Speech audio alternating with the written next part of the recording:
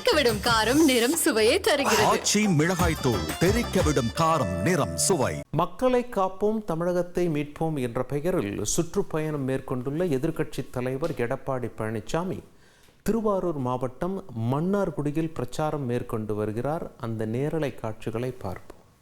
இன்னைக்கு மணல் கொள்ளை தாராளமாக நடந்துகிட்டு இருக்குது. அரசாங்கம் அதுக்கு உதவி செய்வதா என்று எனக்கு தகவல் கிடைத்துக்கிட்டு. அரசாங்கமே அரசு அதிகாரிகள் சம்பந்தப்பட்ட அதிகாரிகள் துணை இல்லாமல் இன்றைக்கு மணல் முறைகேடு நடக்காது. கரூரில் வாங்கல் என்ற இடத்துல ஒரு 4 நாளைக்கு முந்தி மணல் மாபியாக்கள் மணல் அள்ளிட்டு இருக்கிறாங்க. 5 ரீச்சல் அள்ளுறாங்க. ஒரு நாளைக்கு 1500 லோடு மணல் முறைகேடாக திருட்டுத்தனமாக அள்ளிட்டு இருக்கிறாங்க. அதை ஒருவர் தட்டி கேட்குறாரு. தட்டி கேட்ட உடனே அவரை வெட்டி அதே இடத்துல கொள்றாங்க. அதை தடுக்க போன ஒரு தம்பிக்கு அவருக்கு வெட்டுக்காயம் பெற்று இன்றைக்கி மருத்துவமனையில் இன்றைக்கு சீரியஸாக சிகிச்சை பெற்று வர்றார். அவருடைய தாயார் தடுக்க போகிறாங்க. அவருக்கும் அடிபட்டு மருத்துவமனை சிகிச்சை போடுறாங்க. ஆனால் இந்த அரசாங்கம் முறையாக நடவடிக்கை எடுக்கலை. இன்றைக்கு மணல் மாபியாக்களுக்கு அங்கே இருக்கின்ற அதிகாரிகள் துணை போயிருக்கிறாங்க.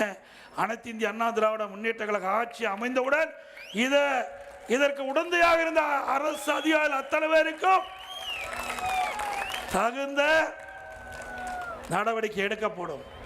நான் ஒரு விவசாயி இருந்த நேரத்தில் அந்த நிலத்தடி நீர் மணல் அதிகமாக இருந்தால் நிலத்தடி நீர் நன்றாக இருக்கும். அதனால் நான் முதலமைச்சராக வந்தவுடன் 2017ஆம் ஆண்டு மணல் அள்ளுவதை தடை செஞ்சேன். இன்றைக்கு நதியில் இருக்கிற மணல் அள்ளக்கூடாது, ஆற்று மணல் அள்ளக்கூடாது, தடை போட்டேன். அதற்கு பதிலாக கட்டடத்திற்கு எம்சாண்டை பயன்படுத்துங்க அப்படின்னு கொண்டு வந்து நடைமுறைப்படுத்தினேன். ஆனால் திராவிட முன்னேற்ற கழக ஆட்சி வந்த பிறகு இன்றைக்கு திருட்டுத்தனமாக ஆங்காங்கே மணல் அள்ளப்பட்டு வருகிறது. எங்கெல்லாம் மணல் கொள்ளை நடக்குது என்பதை நாங்களும் கவனித்துக் கொண்டுதான் இருக்கின்றோம். அனைத்து இந்திய அண்ணா திராவிட முன்னேற்ற கழக ஆட்சி மனதுடன் எங்கெல்லாம் முறைகேடாக மணல் அள்ளப்பட்டதோ அங்கு இருக்கின்ற அதிகாரிகள் மீது உரிய நடவடிக்கை சட்ட ரீதியாக எடுக்கப்படும். அதோட இப்போ பார்த்தீங்கன்னா உங்களுடன் ஸ்டாலின்னு வீடு வீடா இந்த நோட்டீஸ் கொண்டு வர போகிறாங்க. வீடு வீடா இதை எடுத்துக்கிட்டு வர போகிறாங்க. இப்போ உங்களுடன் ஸ்டாலின், இது வரைக்கும் யாருடன் இருந்தாரோ தெரியல. ஸ்டாலின் இப்போ தான் உங்களுடன் ஸ்டாலின் இணைஞ்சிருக்காரு.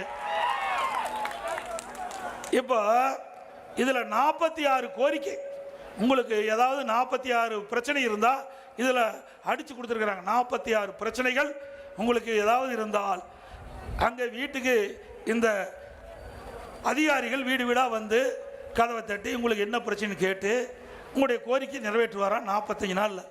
அப்படின்னா இந்த 4 வருஷமாக மக்களுக்கு பிரச்சனை இருக்குது என்று இந்த அரசாங்கத்துக்கு தெரியுமில்ல? தெரியுங்காட்டி தானே இந்த விளம்பரத்தால் கொடுக்குறீங்க. 4 ஆண்டு காலமாக என்ன பார்த்தீங்க? அரசாங்கத்தில் எதுவுமே கவனிக்கலையே. 4 ஆண்டு காலம் முடிஞ்சு போச்சு. இன்னும் 8 மாதம் தான் இருக்குது. 50 மாதம் முடிஞ்சு போச்சு. இன்னும் 8 மாதம் தான் தேர்தல் இருக்குது. இப்போ இந்த மக்கள்கிட்ட அவர்கிட்ட மனு வாங்கி நீ என்ன தீர்த்து வைக்க போறீங்க? வேணுமென்னே திட்டமிட்டு மக்களை ஏமாற்றுகின்ற நாடகம். மக்களை ஏமாந்து விட வேண்டாங்க. அது மட்டும் இல்லை, ஏற்கனவே இங்கே சொன்னாங்க, நாங்கள் அதிமுக ஆட்சி இருக்கும்போது திரு ஸ்டாலின் எதிர்க்கட்சி தலைவராக இருந்தார். அப்போ ஊராக போனார். நம்ம மக்களும் ஆகா திரு ஸ்டாலின் நம்ம ஊருக்கு வந்துட்டார், நம்ம மக்கள் நம்முடைய பிரச்சனைலாம் தீர்ந்து போயிருன்ட்டு அவர்களும் மிக மகிழ்ச்சியோடு இருந்தாங்க. அப்போ ஒரு திட்டில் திரு ஸ்டாலின் பாயை விரித்து அதில் அமர்ந்துக்கிட்டார்.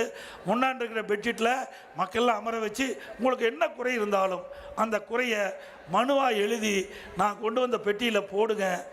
அந்த பெட்டியை பூட்டி சீல் வச்சு நான் பத்திரமா வீட்டுக்கு எடுத்துகிட்டு போய் திமுக ஆட்சிக்கு வந்த பிறகு சீலை ஒட்டிச்சு பெட்டியை திறந்து மனுவை எடுத்து படித்து பார்த்து தீர்வான்னு சொன்னார். அப்புறம் எதுக்கு இது? ஏற்கனவே மனு கொடுத்தாச்சு இல்லை, மக்களுடைய பிரச்சனை எழுதினாலும் மனு கொடுத்தாங்க. அப்புறம் எதுக்கு மறுபடியும் இந்த மனு அடிக்கிறீங்க? ஆக ஒரு படத்தில் வருது, ஒருவருக்கு ஆசையை தூண்டனா என்னப்பா இருக்குது, ஒருவரை ஏமாற்றணும்னா ஆசையை தூண்டணுமா, சதுரங்க வேட்டையில் வந்திருக்குது. அப்படி மக்களுடைய ஆசையை தூண்டி அடுத்த ஆண்டு வருகின்ற சட்டமன்ற தேர்தலில் உங்களை வாக்குகளை பெறுவதற்காக தந்திரமா திரு ஸ்டாலின் இந்த வேலையை துவங்கியிருக்கிறாரு. உஷாரா இருங்க, எச்சரிக்கையாக இருங்க. ஒரு முறை ஏமாத்திட்டீங்க. அதனால் எவ்வளோ துன்பங்கள் இந்த 4 ஆண்டில் நம்ம அனுபவித்துக் கொண்டிருப்போம் என்பதை நீங்கள் எண்ணி பார்க்க வேண்டும் என்ற இந்த நேரத்தில் தெரிவித்து மீண்டும் அதிமுக ஆட்சி மலர வேண்டும். அதுக்கு உங்களுடைய மகத்தான ஆதரவை தர வேண்டும்.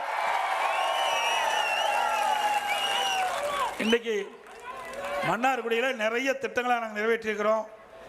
இன்றைக்கு பார்த்தீங்கன்னா மன்னார்குடி ராஜகோபாலசாமி அரசு கலைக்கல்லூரிக்கு 10 கோடி மதிப்பில் வகுப்பறை கட்டியிருக்கிறோம். இப்படி பல திட்டங்கள் நிறைய செஞ்சுருக்கிறோம். பாலங்கள் கொடுத்துருக்கிறோம், நல்ல சாலைகள் செஞ்சு கொடுத்துருக்கிறோம்.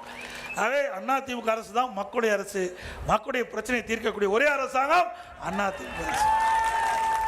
ஆகவே 2026ஆம் ஆண்டு நடைபெறுகின்ற சட்டமன்ற பொதுத் தேர்தலில் அனைத்து இந்திய அண்ணா திராவிட முன்னேற்ற கழக வேட்பாளருக்கு 2 லட்சத்திலே வாக்களித்து வெற்றி பெற செய்யும்.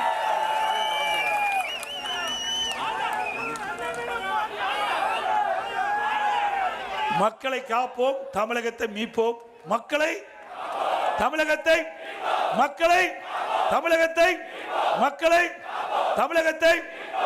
அது மட்டும் இல்லை, இன்றைய தினம் நான் வரும்போது எனக்கு கிடைத்த செய்தி, திமுக தலைவர் முதலமைச்சர் திரு ஸ்டாலின் அவர்கள் திடீரென்று உடல்நிலை சரியில்லாமல் மருத்துவமனையில் சேர்க்கப்பட்டு சிகிச்சை பெற்று வருகிறார். அவர் பூர்ண குணமடைய வேண்டும் என்று என் சார்பாக உங்கள் சார்பாக பிரார்த்தனை செய்கின்றேன். நன்றி, வணக்கம். தெறிக்கவிடும் காரம் நிறம் சுவையை தருகிறது. ஆச்சி மிளகாய் தூள் தெறிக்கவிடும் காரம் நிறம் சுவை.